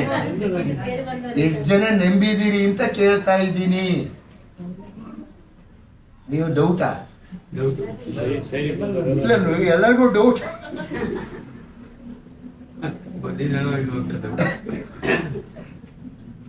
ನಂಬಿದ್ದೀರಾ? ಯೇಸು ಸ್ವಾಮಿಗೆ ವಿಧೇಯರಾಗಿದ್ದೀರಾ? ದೀಕ್ಷಾ ಸ್ನಾನಕ್ಕೆ ಪವಿತ್ರಾತ್ಮ ಇದ್ದಾನೆ, ನಿಮ್ಮಲ್ಲಿದ್ದಾನೆ. ಪವಿತ್ರಾತ್ಮ ನಿಮ್ಮ ಇದ್ದಾನೆ ಅಂತ ಗೊತ್ತಾಗದೆ ಹೆಂಗೆ? ಅದೇ ಕೆಲವರು ಮೊಬೈಲಲ್ಲಿ ಅಲ್ಲೇಲೂಯಾ ನಾನು ಈ ಅಲ್ಲೇಲೂಯಾ ಈ ಫೋನಲ್ಲಿ ಅಲ್ಲೇಲೂಯಾ ಹಲೋ ಪುನಃ ಪ್ರೈಸ್ ಅಲಾಡ್ ಅಂತಾನೆ. ಹಲೋ ಇವ್ನ ಯಾವನೋ ಸೆಟ್ ಆಗಲ್ಲ ಅಂದ್ಬಿಟ್ಟು ಹಲೋ ಅಂತಾನೆ. ಅವನ ಐಡಿಯಾ ಏನು? ಫೋನ್ಲಿ ಅಲ್ಲೇಲೂಯಾ ಅಂದ್ರೆ ಪವಿತ್ರಾತ್ಮ ಒಳಗಿದ್ದಾನೆ ಅಂತ ಇವನು ಗೊತ್ತಾಗ್ಲಿ ಅಂತ ಅವನು. ನನ್ನ ಪ್ರಶ್ನೆ ಏನಂದ್ರೆ, ನೀವು ಯೇಸುಸ್ವಾಮಿ ನಿಜವಾಗಿ ನಂಬಿದ್ರೆ ಪವಿತ್ರಾತ್ಮ ನಿಮ್ಮಲ್ಲಿದ್ದಾನೆ, ನಿಜ ಅಲ್ವಾ? ಇನ್ನೂ ನಿಮಗೆ ಸರಳ ಮಾಡ್ತೀನಿ ನಾನು. ಯೋಹಾನ 3:3 ಓದ್ರಿ. ಯೋಹಾನ 3:3 ಓದ್ರಿ. ಏನ್ ಹೇಳ್ತಾನೆ ಯೇಸುಸ್ವಾಮಿ? ಅದಕ್ಕೆ ಯೇಸು, ನಾನು ನಿನಗೆ ನಿಜ ನಿಜವಾಗಿ ಹೇಳುತ್ತೇನೆ, ಒಬ್ಬನು ಹೊಸದಾಗಿ ಹುಟ್ಟದಿದ್ದರೆ ದೇವರ ರಾಜ್ಯವನ್ನು ಕಾಣಲಾರ. ಒಂದು 6ನೇ ವಚನದಲ್ಲಿ ಏನ್ ಹೇಳ್ತಾನೆ? ದೇಹದಿಂದ ಹುಟ್ಟಿದ್ದು ದೇಹವೇ, ಆತ್ಮನಿಂದ ಹುಟ್ಟಿದ್ದು ಆತ್ಮವೇ. ನೀವು ಹೊಸದಾಗಿ ಹುಟ್ಟಬೇಕು ಎಂದು ನಾನು ನಿನಗೆ ಹೇಳಿದ್ದರಿಂದ ಆಶ್ಚರ್ಯ ಪಡಬೇಡ. ಗಾಳಿಯು ಮನಸ್ಸು ಬಂದ ಕಡೆ. ಇಲ್ಲ, 5ನೇ ವಚನ ಓದ್ರಿ ಸಿಸ್ಟರ್. ಅದಕ್ಕೆ ಯೇಸು, ನಾನು ನಿನಗೆ ನಿಜ ನಿಜವಾಗಿ ಹೇಳುತ್ತೇನೆ, ಒಬ್ಬನು ನೀರಿನಿಂದಲೂ ಆತ್ಮನಿಂದಲೂ. ನೀರು ಅಂದ್ರೆ ಏನು? ವಾಕ್ಯೋಪದೇಶವೆಂಬ ಜಲಸ್ನಾನವನ್ನು ಮಾಡಿಸಿ ನಮ್ಮನ್ನು ಶುದ್ಧಿ ಮಾಡಿದಾನೆ. ಒಬ್ಬನು ವಾಕ್ಯವನ್ನು ಕೇಳಬೇಕು, ಕೇಳಿದ್ರೆ ನಂಬಬೇಕು. ಅಂದ್ರೆ ವಾಕ್ಯದಿಂದ. ಏನು? ವಾಕ್ಯವನ್ನು ಕೇಳುವಾಗ ನಿನಗೆ ನಂಬಿಕೆ ಬರ್ತದೆ. ಒಬ್ಬನು ವಾಕ್ಯದಿಂದಲೂ, ಆಮೇಲೆ ಆತ್ಮನಿಂದಲೂ. ಆತ್ಮನಿಂದಲೂ ಹುಟ್ಟೋದು ಯಾವಾಗ? ಯೇಸುಸ್ವಾಮಿ ನಂಬುವಾಗ ಪವಿತ್ರಾತ್ಮ ನಿಮ್ಮಲ್ಲಿ ಬರ್ತಾನೆ. ಪವಿತ್ರ ಆತ್ಮನಿಂದ ಹುಟ್ಟೋದು ಅಂದ್ರೆ ಅರ್ಥ ಏನು? ಪವಿತ್ರಾತ್ಮ ನಿಮ್ಮಲ್ಲಿ ಬರೋದು. ಪವಿತ್ರಾತ್ಮ ನಿಮ್ಮಲ್ಲಿ ಬರ್ಬೇಕಾದ್ರೆ ನೀವೇನ್ ಮಾಡಿರ್ಬೇಕು? ಹೊಸದಾಗಿ ಹುಟ್ಟು. ಹೊಸದಾಗಿ ಹುಟ್ಟೋದು ಅಂದ್ರೆ ಅರ್ಥ ಏನು?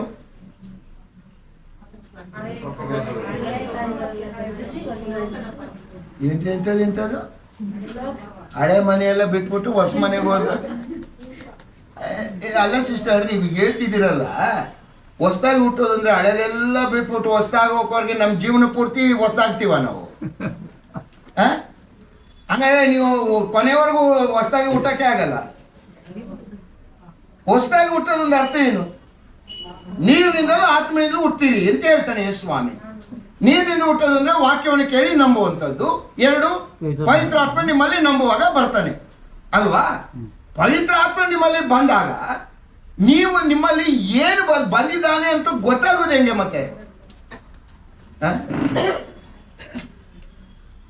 ಅವ್ರು ಏನ್ ಹೇಳ್ತಾರೆ?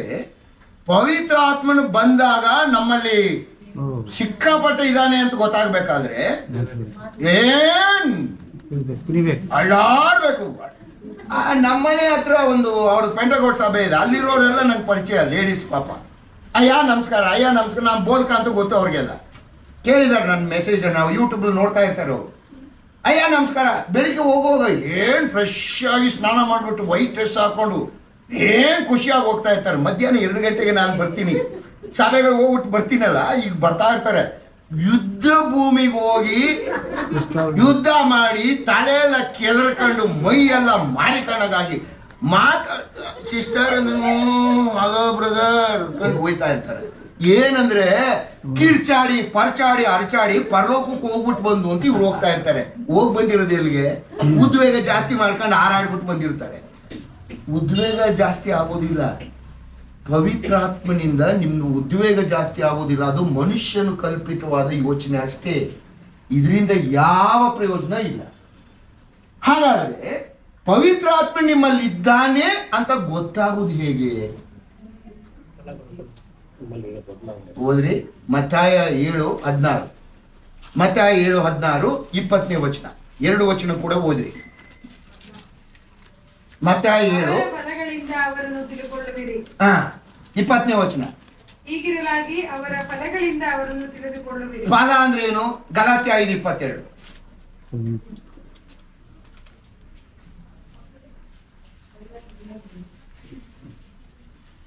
ಯಾಕೆ? ಗಲಾತ್ಯ 5:22. ದೇವರಾತ್ಮನಿಂದ ಉಂಟಾಗುವ ಫಲವೇನೆಂದರೆ ಪ್ರೀತಿ, ಸಂತೋಷ, ಸಮಾಧಾನ, ದೀರ್ಘಶಾಂತಿ, ದಯೆ, ಉಪಕಾರ, ನಂಬಿಕೆ, ಸಾಧುತ್ವ, ಶಮೆದಮೆ ಇಂಥವುಗಳೇ. ಯಾವ್ದಾದ್ರು ಒಂದಿದೆಯಾ ಇದ್ರಲ್ಲಿ? ಎಲ್ಲ ಇರೋದ್ ಬಿರ್ಲಿ, ಯಾವ್ದಾದ್ರು ಒಂದಿದ್ಯಾ ನಮ್ಮ ಹತ್ರ? ಯಾವ್ದಾದ್ರು ಒಂದಿದ್ಯಾ? ನಿಜ ಹೇಳ್ಬಿಡಿ, ಸತ್ಯ ಹೇಳ್ಬಿಡ್ರಿ, ಯಾವ್ದಾದ್ರು ಒಂದಿದ್ಯಾ? ಖಂಡಿತ ಇಲ್ಲ. ಇದಾನ ಪವಿತ್ರಾತ್ಮ? ಇದಾನ ಪವಿತ್ರಾತ್ಮ? ಇಲ್ಲ ಅಂದ್ರೆ ಏನಾಗಿಲ್ಲ ನಮ್ಗೆ. ಎಲ್ಲಿಗೆ ಹೋಗ್ತಾ ಇದ್ದೀವಿ? ಬೆಂಕಿ ಹಾಕಿದ್ರೆ ಮತ್ತೆ ಏ ಸ್ವಾಮಿ ಬಾ ಏ ಸ್ವಾಮಿ ಅಂತ ಎಲ್ಲ ಅನ್ನಕಾಯ್ತದೆ? ಸ್ವಲ್ಪ ನಿಧಾನವಾಗಿ ಬಾ ಅನ್ಬೇಕಾಯ್ತು. ನನ್ನ ಮಾತಲ್ಲ, ನನ್ನ ಪ್ರಿಯ ದೇವ ಮಕ್ಕಳೇ, ಬೇಸರ ಮಾಡ್ಕೊಳ್ಬೇಡ್ರಿ. ನಾನು ಹೇಳ್ಬೇಕಾದ ನನ್ನ ಕರ್ತವ್ಯ. ನಿಮ್ಮನ್ನ ಧೃತಿಗರಿಸ್ಲಿಕ್ಕೆ ನಾನು ಹೇಳ್ತೀನಿ ಅಂತ ಖಂಡಿತ ಭಾವಿಸ್ಬೇಡ್ರಿ. ಅಥವಾ ಇವ್ರು ಬಂದಾಗೆಲ್ಲ ಬಾಂಬ್ ಹಾಕ್ಬಿಟ್ಟು ಹೋಗ್ತಾರೆ ಅಂತಲೂ ಅದನ್ನೂ ನೆನೆಸ್ಬೇಡ್ರಿ. ನನ್ನ ಯೋಚನೆ ಇಷ್ಟೇ, ನಾವೆಲ್ಲರೂ ಒಂದು ದಿವಸ ಪರಲೋಕದಲ್ಲಿ ಇರ್ಬೇಕು. ಹೀಗೋ ಹಾಗೋ ನಾವು ಎಲ್ಲೋ ಹುಟ್ಟುಬಿಟ್ಟು ಎಲ್ಲೋ ಬೆಳೆದು ನೀವು ಯಾರು ನನಗೂ ಗೊತ್ತಿಲ್ಲ. ಕರ್ತನಲ್ಲಿ ಇವತ್ತು ನಾವು ಒಂದಾಗಿದ್ದೀವಿ. ನಮ್ಮ ಯೋಚನೆ ಏನು? ನಾವೆಲ್ಲರೂ ಒಂದು ದಿವಸ ಕ್ರಿಸ್ತನು ಬರುವಾಗ ನಾವು ಅಲ್ಲಿರಬೇಕು. ನಮ್ಮ ಒಂದೇ ತಂದೆ, ಒಂದೇ ಮನೆ, ಒಂದೇ ನಿರೀಕ್ಷೆ, ಒಂದೇ ಕಡೆಯಲ್ಲಿ ನಾವೆಲ್ಲರೂ ಇರಬೇಕಲ್ಲ. ಇರಬೇಕಾದ್ರೆ ನಾನು ನಿಮ್ಮನ್ನು ಎಚ್ಚರಿಸಲೇಬೇಕು. ನನ್ನ ಧರ್ಮ ಅದು. ಇಲ್ಲಿ ಹೋದ್ರೆ ಕರ್ತನು ನನ್ನನ್ನು ಶಿಕ್ಷೆ ಮಾಡ್ತಾನಲ್ಲ. ಈ ದಿವಸ ನಾವು ಸುಮ್ಮನೆ ವಾಕ್ಯ ಓದ್ಬಿಟ್ಟು ವಾಕ್ಯ ತಿಳ್ಕೊಳ್ಳೋದ್ರ ಅರ್ಥ ಏನೂ ಇಲ್ಲ.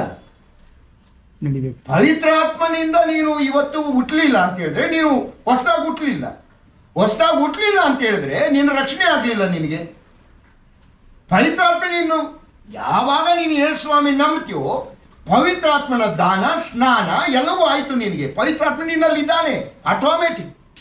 ಆದರೆ ಪವಿತ್ರಾತ್ಮ ನೀನು ಇದ್ದಾನೆ ಎಂಬುದು ನೀನು ತಿಳ್ಕೊಳ್ಳೋದು ಹೇಗಂದ್ರೆ ನಿನ್ನ ಫಲಗಳಿಂದ ತಿಳ್ಕೊ ಅಂತ ಯೇಸು ಸ್ವಾಮಿ ಹೇಳ್ತಾನೆ. ನಾವೇನ್ ಮಾಡ್ತೀವಿ? ಲೋಕದವರು ವರಗಳಿಂದ ಅವನನ್ನು ಹುಡುಕ್ತೀವಿ.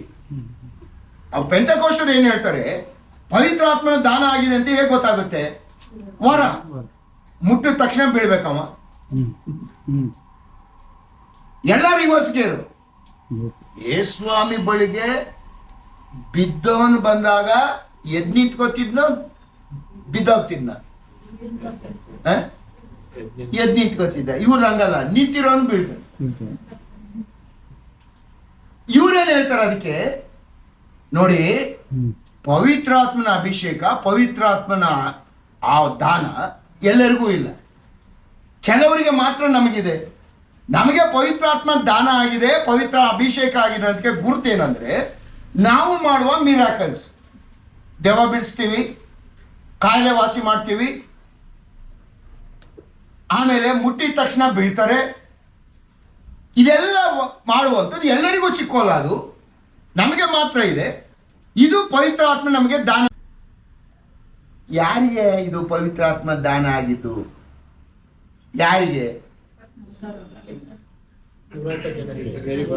ಯಾರಿಗೆ? ಪಾರ್ಟಿರು, ಮೇಜರು, ವೇಲಾದಿರು,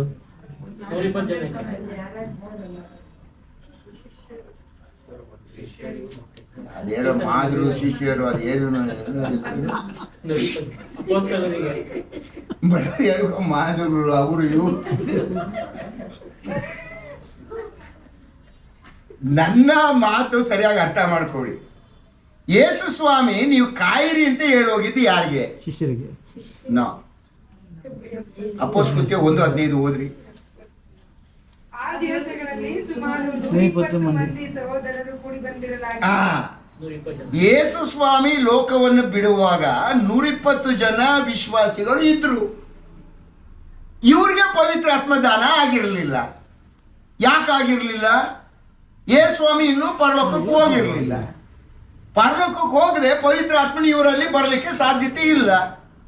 ಪವಿತ್ರಾತ್ಮ ಕಾರ್ಯ ಇತ್ತು.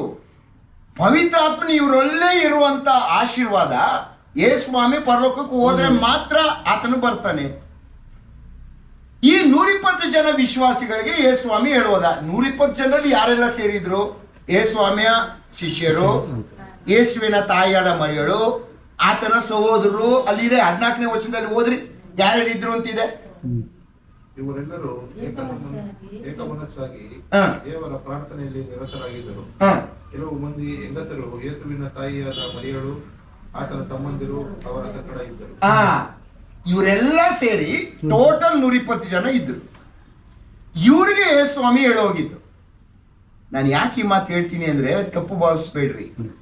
ಈ ದಿವಸದಲ್ಲಿರುವ ಗೊಂದಲ ಏನ್ ಗೊತ್ತೇ, ಎಲ್ಲರೂ ಹೇಳೋದು ಎಲ್ಲರಿಗೂ ಪವಿತ್ರಾತ್ಮ ದಾನ ಆಗ್ಲಿಲ್ಲ, ಸ್ವಾಮಿ ಶಿಷ್ಯರಿಗೆ ಮಾತ್ರ ಆಗಿದ್ದು, ಅವರು ಮಾತ್ರ ಟಂಗ್ಸ್ ಅಲ್ಲಿ ಮಾತಾಡಿದ್ರು, ಹಂಗೆ ನಮಗೆ ಕೆಲವ್ರಿಗೆ ಮಾತ್ರ ದಾನ ಆಗುತ್ತೆ, ನಾವು ನಿಮ್ಮ ಮೇಲೆ ಕೈ ಇಟ್ರೆ ನಿಮ್ಗೆ ಉಂಟು, ಇಲ್ಲದೆ ಹೋದ್ರೆ ಇಲ್ಲ. ನಿಮ್ಮ ಮೇಲೆ ಕೈ ಇಡಬೇಕಾದ್ರೆ ನೀವು ನನಗೆ ಏನ್ ಮಾಡ್ಬೇಕು? ಲಂಚ ಅಲ್ಲ, ಸಾಕಷ್ಟು ಕೊಡ್ಬೇಕು, ಸಾಕಷ್ಟು ಕೊಡ್ಬೇಕು. ವಾಕ್ಯ ಹೇಳೋದೇ ಬೇರೆ. ಸ್ವಾಮಿ ಹೇಳೋಗಿದ್ದು 120 ಜನರಿಗೆ ಪವಿತ್ರಾತ್ಮ ಆಗಮನ ಆಯಿತು. ಎಷ್ಟು ಜನ ಮಾತಾಡಿದ್ರು, ಎಷ್ಟು ಜನಕ್ಕೆ ಪವಿತ್ರಾತ್ಮ ಬರೀತರಾದ್ರು? ಅಲ್ಲಿದೆ, ಓದ್ರಿ 4ನೇ ವಚನ, 2ನೇ ಅಧ್ಯಾಯ 4ನೇ ವಚನ. ಆಗ ನೋಡಿ, ಅದೇ ನಾವು ಓದೋದು ಸರಿ ಇಲ್ಲ ಅನ್ನೋದು. ಆಗ ಅವರೆಲ್ಲರೂ ಈ ಅವಳು ಈ ಎಲ್ಲ ಮರದ ಹಣ್ಣು ತಿನ್ಬೋದು ಅಂತ ಹೇಳಿದಾನೆ ಅಂತ ಅಂದಂಗೆ ಈ ಎಲ್ಲಾ ಮರದ ಹಣ್ಣುಗಳನ್ನು ಯಥೇಚ್ಛ ಬಿಟ್ಲು. ಆಗ ಅವರೆಲ್ಲರೂ ಅಂದ್ರೆ ಯಾರು?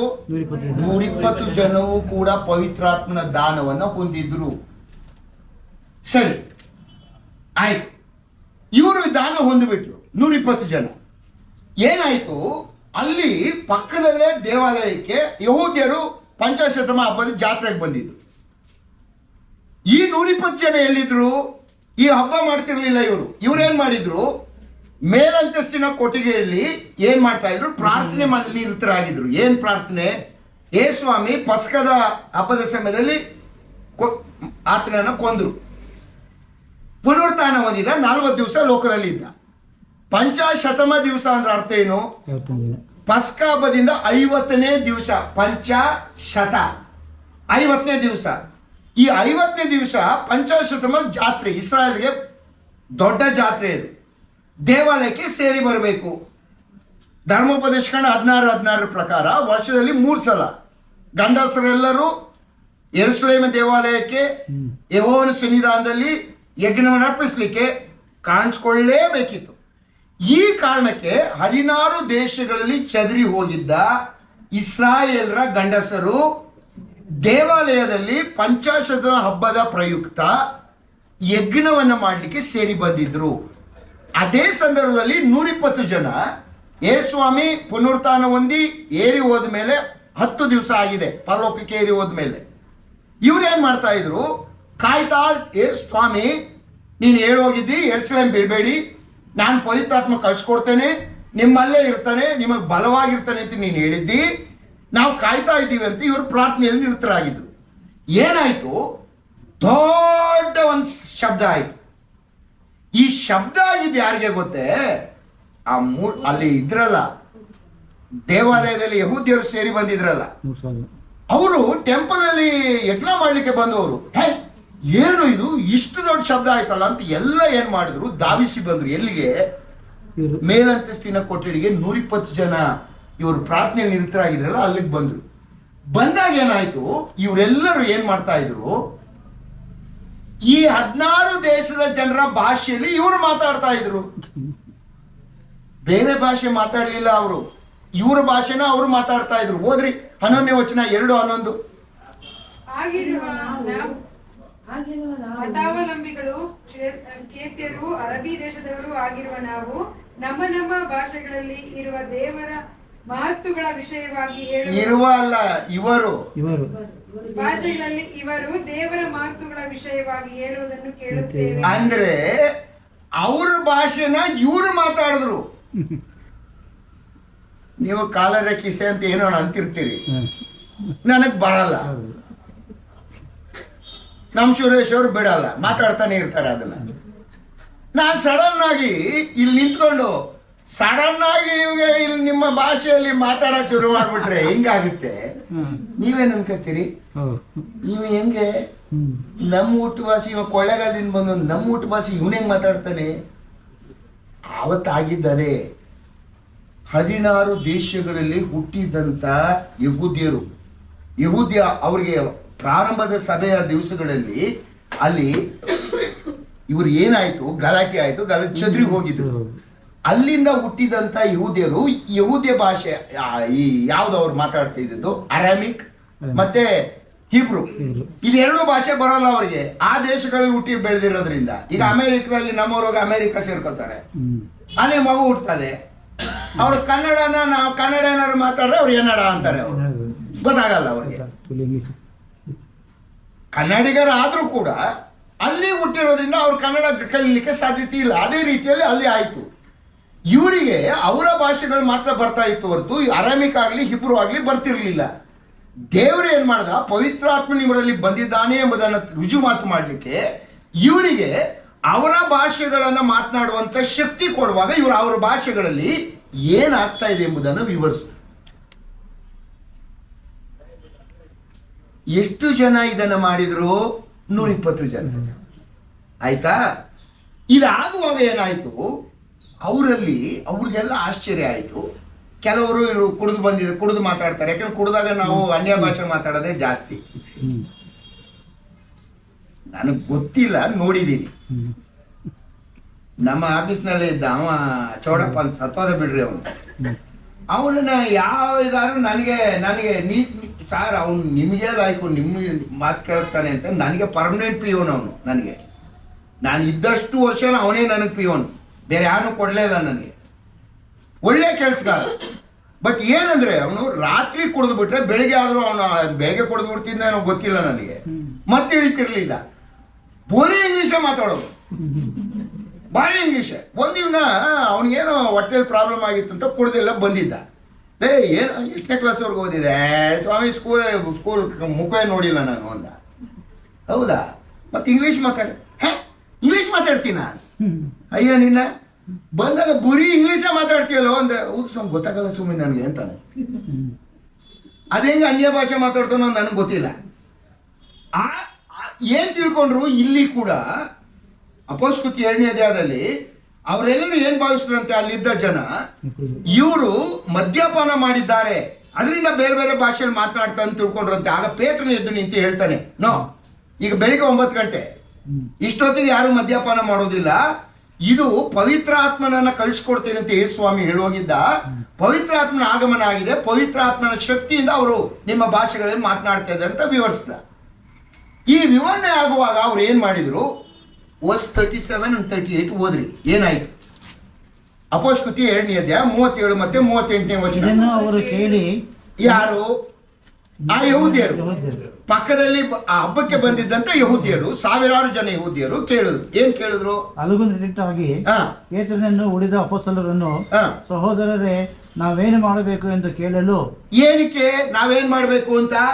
ಇವರ ಹಾಗೆ ಪರಿಶುದ್ಧಾತ್ಮನ ಆ ದಾನವನ್ನ, ಭಾಷೆ ಅಲ್ಲ, ಪವಿತ್ರ ಆತ್ಮವನ್ನ ನಾವು ಹೊಂದಬೇಕಾದ್ರೆ ಏನು ಮಾಡಬೇಕು ಅಂತ ಕೇಳಿದ್ರು. ಪೇತ್ರ ಏನಂದ? ಅಲ್ಲಮ್ಮ, ಅಷ್ಟು ಸುಲಭ ಅಲ್ವಾ ಮರೆಯೋದು? ನಾವು ಎಷ್ಟು ಕಸರತ್ ಮಾಡಿದೀವಿ ಗೊತ್ತಾ? ಉಪವಾಸ ಬೀಳ್ಬೇಕು, ಹೋರಾಡಬೇಕು, ಪ್ರಾರ್ಥನೆ ಮಾಡಬೇಕು, ಹಾಗೆ ಮಾಡಬೇಕು, ಆಮೇಲೆ ಕೈ ಇಡಬೇಕು. ಯೇಸುವನ್ ನಮ್ಮೆಲ್ಲ ಕೈ ಇಟ್ಟು ಹೋಗಿದ್ದಾನೆ, ನಾವು ನಿಮ್ಮ ಮೇಲೆ ಕೈ ಇಡಬೇಕು. ನಾವು ಅಷ್ಟು ಸುಲಭದಲ್ಲಿ ಕೈ ಇಡಲ್ಲ. ಏನಾರು ಹೇಳದ್ನ?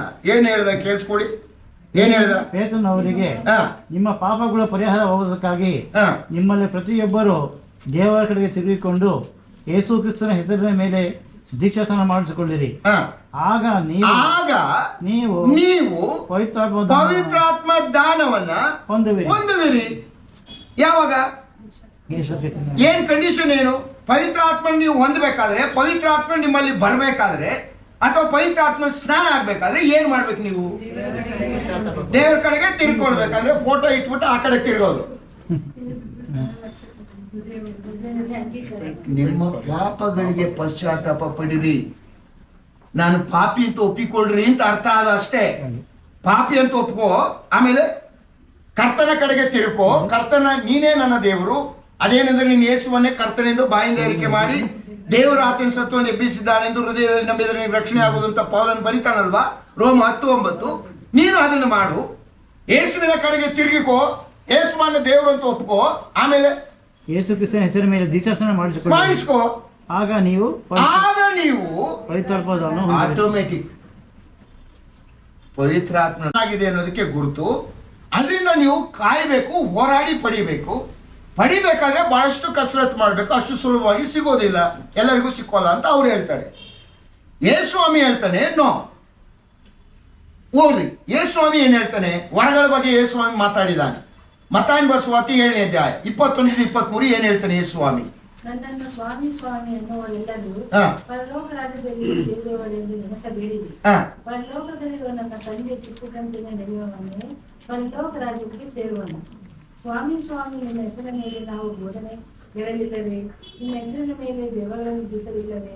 ನಿಮ್ಮ ಹೆಸರಿನ ಮೇಲೆ ಅನೇಕ ಮಹತ್ಕಾರ್ಯಗಳನ್ನು ಮಾಡಲಿಲ್ಲವೇ ಎಂದು ಆ ದಿನದಲ್ಲಿ ಎಷ್ಟೋ ಜನರು ನನಗೆ ಹೇಳುವರು. ಆಗ ನಾನು ಅವರಿಗೆ, ನಾನೆಂದು ನಿಮ್ಮ ಗುರುತು ಕಾಣೆನು.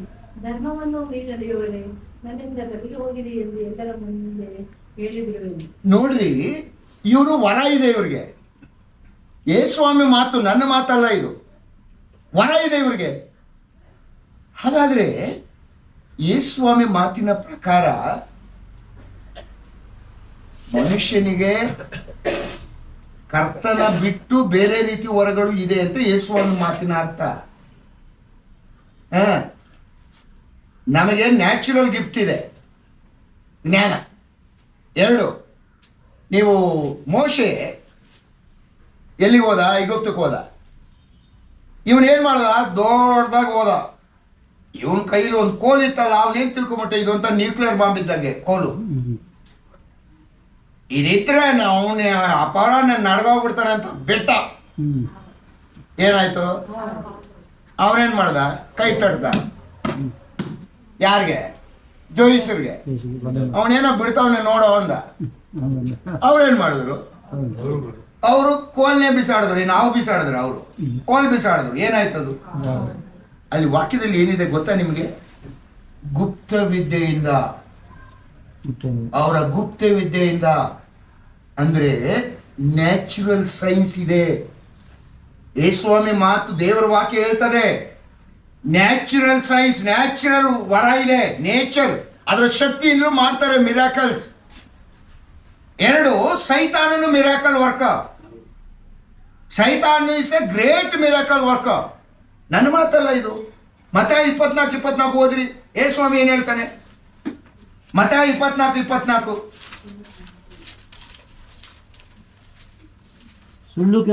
ಸುಳ್ಳು ಕ್ರಿಸ್ತರು, ಸುಳ್ಳು ಪ್ರವಾದಿಗಳು ಎದ್ದು ಸಾಧ್ಯವಾದರೆ ದೇವರಾದುಕೊಂಡವರು ಅಂದ್ರೆ ಯಾರು? ನಿಜವಾಗಿ ಪರಿಶುದ್ಧಾತ್ಮನ ಹೊಂದಿರುವಂತ ನಾನು ನೀನು ನಮ್ಮನ್ನ ಮೋಸ ಮಾಡ್ಲಿಕ್ಕೆ ಏನ್ ಮಾಡ್ತಾರಂತೆ? ದೊಡ್ಡ ದೊಡ್ಡ ಸೂಚಕ ಕಾರ್ಯಗಳನ್ನು ಮಾಡಿ ತೋರಿಸ್ತಾರೆ. ಹೋಗ್ಲಿ, 2 ಥೆಸಲೋನಿಕ 2ನೇ ಅಧ್ಯಾಯ 9-11 ಪೌಲ ಏನ್ ಬರೀತಾನೆ? 2 ಥೆಸಲೋನಿಕ 2ನೇ ಅಧ್ಯಾಯ 9-11. ಆ ಅಧರ್ಮ ಸ್ವರೂಪನ ಪ್ರತ್ಯಕ್ಷತೆಯು ಸೈತಾನನ ಮಾಟಕ್ಕನುಗುಣವಾಗಿರುವುದು. ಅದು ಮೋಸಗೊಳಿಸುವ ಸಕಲ ವಿಧವಾದ ಮಹತ್ ಕಾರ್ಯ, ಸೂಚಕ ಕಾರ್ಯ, ಅದ್ಭುತ ಕಾರ್ಯ ಇವುಗಳಿಂದಲೂ ದುರ್ನೀತಿಯ ಎಲ್ಲಾ ತಗಾಡ್ರಪ್ಪ. ನಮ್ ಜನರಿಗೆ ಏನಾರು ಹೇಳಕ್ ಹೋಗ್ಬಿಡಿ. ಅಯ್ಯೋ ಅಲ್ಲಿ ಕಾಯಿಲೆ ವಾಸಿ ಆಯ್ತದೆ, ಅಯ್ಯೋ ಅಲ್ಲಿ ಅದಾಗತ್ತೆ, ನಿಮ್ ಕೈಲಿ ಆಗಲ್ಲ, ನಾವು ಅಲ್ಲಿ ಹೋಯ್ತೀವಿ, ಅದೇನಾಗಲ್ಲ. ಸತ್ಯ ಅಲ್ವಾ? ಅವ್ರು ಯೇಸುಸ್ವಾಮಿ ಭಕ್ತರಲ್ವಾ? ನಡ್ಕೋಕ್ ಹೋಗ್ಬಿಡ್ತಾರ? ಕೇಳಿಸ್ಕೊಳ್ಳಿ, ನನ್ನ ಮಾತಾಯ್ತು. ಯೇಸುಸ್ವಾಮಿ ಏನ್ ಹೇಳ್ತಾನೆ? ಇವ್ರನ್ನ ಹೆಚ್ಚಿನವರು ಇಂಥದ ಕೆಲಸದಲ್ಲಿ ತೊಡ್ಕೊಂಡಿರುವಂಥದ್ದು. ನೀವು ಅವನ ವರಗಳಿಂದ ಅವನು ಯಾರು ಅಂತ ಐಡೆಂಟಿಫೈ ಮಾಡ್ಲಿಕ್ಕೆ ಬರೋಲ್ಲ ಅಂತ ಯೇಸುಸ್ವಾಮಿ ಹೇಳ್ತಾನೆ. ಎಲ್ಲ ಮಾಡಿದಾನೆ ಅವನು. ದೆವ್ವ ಬಿಡಿಸಿದಾನೆ, ಅದ್ಭುತ ಮಾಡಿದಾನೆ, ಕಾಯಿಲೆ ವಾಸಿ ಮಾಡಿದಾನೆ. ಯೇಸುಸ್ವಾಮಿ ಹೇಳ್ತಾನೆ, ನನ್ನ ಪರಿಚಯನೇ ಆಗಿಲ್ಲ, ತೊಲಗಿ ಹೋಗು ಅಂತಾನೆ. ಅಂದ್ರೆ ಅರ್ಥ ಏನು? ನನ್ನ ಪರಿಚಯ ಅಂದ್ರೆ ರಕ್ಷಣೆ ಹೊಂದಿಲ್ಲ ನೀನು. ಎಲ್ಲ ವರ್ಕು ಮಾಡಿದ್ದಿ. ನಿನ್ನ ವರ ನಿನ್ನಲ್ಲಿ ಪವಿತ್ರಾತ್ಮನ ಇದ್ದಾನೆ ಅನ್ನೋದಕ್ಕೆ ಗುರುತ ಅಲ್ಲ. ಪವಿತ್ರಾತ್ಮ ನಿನ್ನಲ್ಲಿ ಇದ್ದಾನೆ ಅನ್ನೋದಕ್ಕೆ ಗುರುತು ಏನ್ ಗೊತ್ತಾ? ಫಲ. ಫಲ. ಇವತ್ತು ಜಸ್ಟ್ ನಮ್ಮನ್ನ ನಾವೇ ನಮ್ಮ ಕುಟುಂಬಗಳಲ್ಲಿ ನಮ್ಮನ್ನೇ ಪರೀಕ್ಷೆ ಮಾಡ್ಕೊಂಡ್ಬಿಟ್ರೆ ನಮಗೆ ಗೊತ್ತಾಗುತ್ತೆ. ಪವಿತ್ರಾತ್ಮನ ವರ ಇದೆಯಾ? ಇದಾನ ನಮ್ಮಲ್ಲಿ? ಬೇಡಿ. ಇವತ್ತು ನಾನು ಅದನ್ನೆಲ್ಲ ತಗೊಳಕ್ ಹೋದ್ರೆ ಟೈಮ್ ಆಯ್ತು. ಇಲ್ಲಿಗೆ ನಿಲ್ಲಿಸ್ತೀನಿ. ಕಳಿಸಲ ಮಾಡಿದ್ದೇ ರಿಪೀಟ್ ಮಾಡಿದ್ದೀನಿ, ಯಾಕಂದ್ರೆ ನೀವು ಯಾರು ಹೇಳಲಿಲ್ಲ. ಇವತ್ತು ನಾನು ನಿಮಗೆ ಪವಿತ್ರಾತ್ಮನ ಮುದ್ರೆ ಬಗ್ಗೆ ಮಾತಾಡಬೇಕಾಗಿತ್ತು. ಓದ್ರಿ, ಎಫೆಸದವರಿಗೆ ಬರೆದ ಪಟ್ಟಿಗೆ 4ನೇ 30ನೇ ವಚನ. ಎಫೆಸ 4:30. ದೇವರ ಪವಿತ್ರಾತ್ಮನನ್ನು ದುಃಖಪಡಿಸಬೇಡಿರಿ, ಆತನಲ್ಲಿಯೇ ವಿಮೋಚನೆಯ ದಿನಕ್ಕಾಗಿ ಮುದ್ರೆ ಹೊಂದಿದ್ದೀರಲ್ಲ. ಪವಿತ್ರಾತ್ಮನ ಎಂಬ ಮುದ್ರೆಯನ್ನ ನೀವು ಹೊಂದಿದ್ದೀರಿ. ಮುದ್ರೆ ಯಾವಾಗ ಆಗುತ್ತೆ?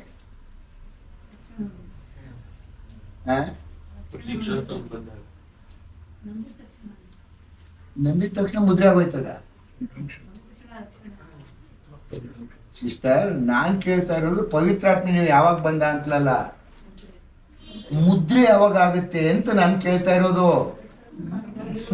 ಮುದ್ರೆ, ಪವಿತ್ರಾತ್ಮ ಎಂಬ ಮುದ್ರೆಯನ್ನ ಹೊಂದಿದ್ದೀರಿ ಅಂತ ಬರೀತಾನೆ.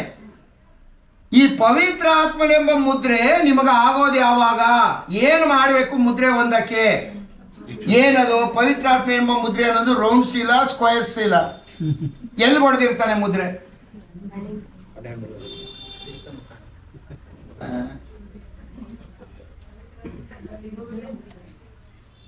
ಸಿಸ್ಟರ್,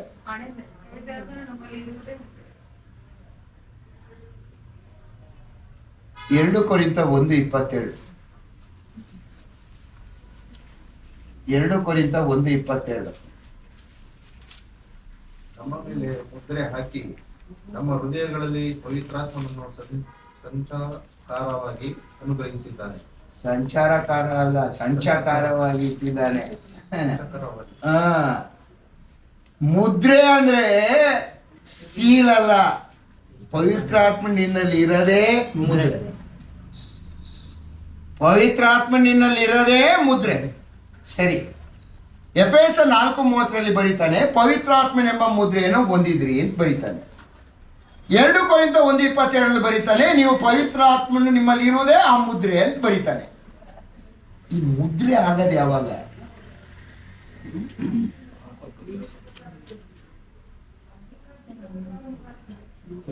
ಪ್ರಕಾಶ್ ಅವರು ಹುಡುಕ್ತಾ ಇದ್ದಾರೆ.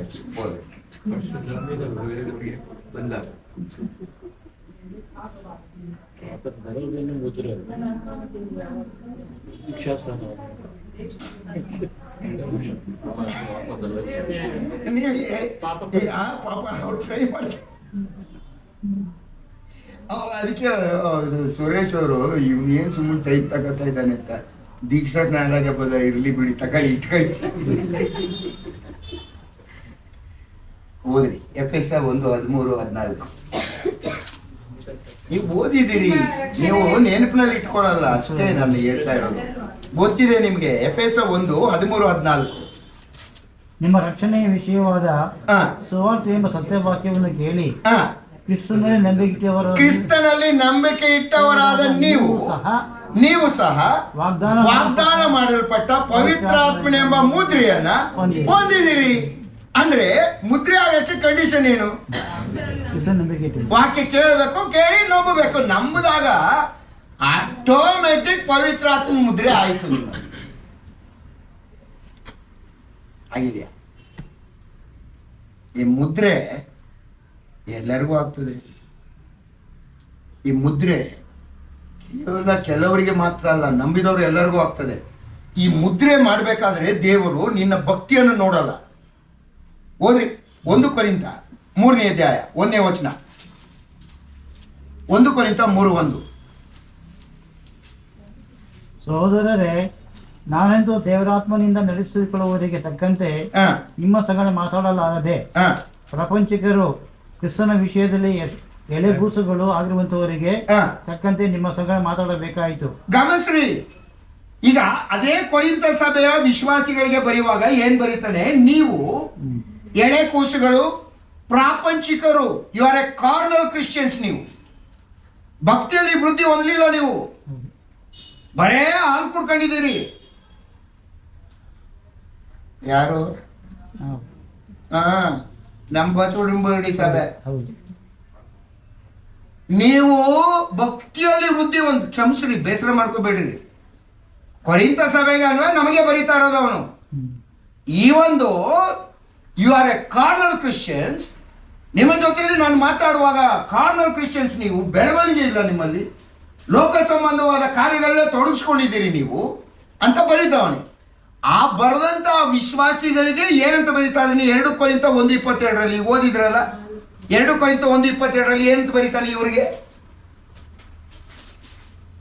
2 Corinthians chapter 1 verse 22 ಅಲ್ಲಿ ನಮ್ಮ ಮೇಲೆ ಮುದ್ರೆ ಹಾಕಿ ನಮ್ಮ ಹೃದಯಗಳಲ್ಲಿ ಪವಿತ್ರಾತ್ಮನನ್ನು ಸಂಚಾರವಾಗಿ ಅನುಗ್ರಹಿಸಿದ್ದಾನೆ. 22ನೇ ವಚನ, 21 ಮತ್ತು 22. ನಮ್ಮನ್ನು ಅಭಿಷೇಕಿಸಿ ಕ್ರಿಸ್ತನ ಅನ್ಯೋನ್ಯತೆಯಲ್ಲಿ ಸೇರಿಸಿ ನಮ್ಮನ್ನು ನಿಮ್ಮೊಂದಿಗೆ ಸ್ಥಿರಪಡಿಸುವುದನ್ನು ದೇವರೇ ಆತನು ನಮ್ಮ ಮೇಲೆ ಮುದ್ರೆ ಹಾಕಿ ನಮ್ಮ ಹೃದಯಗಳಲ್ಲಿ ಪವಿತ್ರಾತ್ಮನನ್ನು ಸಂಚಾರವಾಗಿ ಅನುಗ್ರಹಿಸಿದ್ದಾನೆ. ಈ ಒಂದು you are a carnal Christians.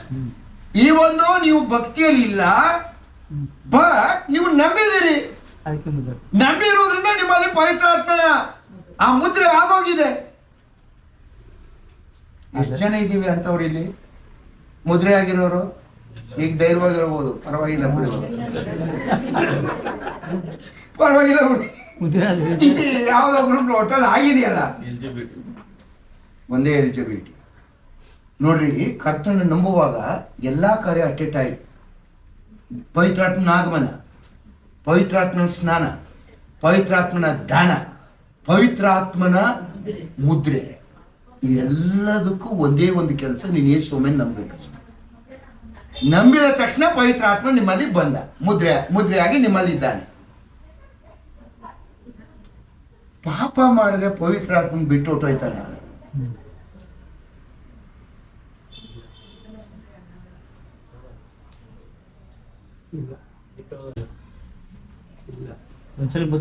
Month ಕಾಯ್ಬೇಕು,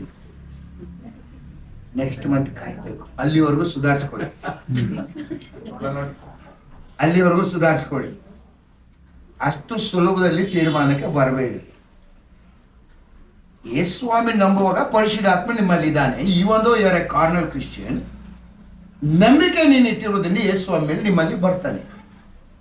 ಮುದ್ರೆ ಯಾಕೆ ಮಾಡ್ತಾನೆ ಅನ್ನೋದಕ್ಕೆ ನಾನು 5 ಅಂಶಗಳನ್ನು ನಿಮ್ಮ ಮುಂದೆ ಕೊಡ್ತೇನೆ. ಈ ಆಶೀರ್ವಾದಗಳಿಗೋಸ್ಕರ ಮುದ್ರೆಯಾಗಿ ನಮ್ಮಲ್ಲಿ ಇರ್ತಾನೆ. ಯಾಕೆ ಮುದ್ರೆ ಅಂತ ಹೇಳ್ತಾನೆ ದೇವರು? ಹಾಗಾದ್ರೆ ಪವಿತ್ರಾತ್ಮ ಏನ್ ಕೆಲಸ ಮಾಡ್ತಾನೆ? 5 ಕಾರ್ಯಗಳನ್ನು ತೋರಿಸ್ತೇನೆ. ಇದಾದ್ಮೇಲೆ ನೀನು ಪಾಪ ಮಾಡುವಾಗ ಪವಿತ್ರಾತ್ಮ ಏನ್ ಬಿಟ್ಟು ಹೋಗ್ತಾನ? ಪ್ರಶ್ನೆ ಬರ್ತದೆ, ಹೌದಾ? ಲಿಂಗೆ ಅವನು ಯಾರ ನಮ್ಮ ಶಿಷ್ಯ ಒಬ್ಬ ಇದ್ದಾನೆ, ಅದೇನೋ ಹಿಂಗೆ ಮಾತಾಡ್ತಾ ಇದ್ದೆ, ಪವಿತ್ರಾತ್ಮ ಬಗ್ಗೆ ಮಾತಾಡ್ತಾ ಇದ್ದೆ, ಬಂದ, ಅಣ್ಣ ಸಿಕ್ಕಾಪಟ್ಟೆ ಪವಿತ್ರಾತ್ಮ ಬಗ್ಗೆ ಎಕ್ಸ್ಪೀರಿಯನ್ಸ್ ಇದೆ ನನಗೆ ಅಂತ. ಎಲ್ಲ ಇವನ 1 ತಿಂಗಳು ಆಗಿರೋ ರಕ್ಷಣೆ ಹೊಂದಿದೆ, ಇವನು ಅಷ್ಟು ಬೇಗ ಆಗಲೇ ಇವನಿಗೆ ಪವಿತ್ರಾತ್ಮ ಇಷ್ಟೊಂದು ಇದೆ, ಏನೋ ಆಯ್ತಾ ಇದೆ. ಅಣ್ಣ ಮನೇಲಿ ಯಾರು ಇರಲ್ಲ ಅಣ್ಣ, ಎಲ್ಲೋ ಹೋಗಿರ್ತಾರೆ ಅಂದೆ, ಕೆಲ್ಸಕ್ಕೆ ಹೋಗಿರ್ತಾರೆ. ನೀನು ಕೆಲಸ ಸಿಕ್ಕಿಲ್ಲ ಅಣ್ಣ, ಬಿಡು ಹಾಗಾದ್ರೆ ಉಂಡಾಡಿ ಗುಂಡ ಅಂದ. ಇಲ್ಲ ಅಣ್ಣ ಇನ್ನೂ ಸಿಕ್ಕಿಲ್ಲ. ಏನಾಯ್ತದೆ? ನನ್ನ ಹೆಸರು ಕರೀತದೆ ಅಣ್ಣ ಅಂದ. ಎಲ್ಲೋ ಮನೇಲಿ. ನಿಜವೇನ? ಅಣ್ಣ. ಇನ್ನೇನಾರು ಆಯ್ತದ ಅಂದೆ. ಇನ್ನೂ ಇದೆ ಅಣ್ಣ, ಆ ಕಡೆ ಈ ಕಡೆ ಹೋಗ್ತೆ, ತಲೆ ಮೇಲೆ ತಟ್ತಾನ ಅಣ್ಣ ಅಂದ. ನನಗೆ ಪಿತ್ತ ನೆತ್ತಿಗೆ ಹೋಯ್ತು, ಇವನಿಗೆ ಮಾಡ್ತೀನಿ ಇರು ಅಂತ. ಏಯ್ ಬರ ಇಲ್ಲಿ ಮೊಣಕಾಲೂರು ಅಂದೆ. ಮೊಣಕಾಲು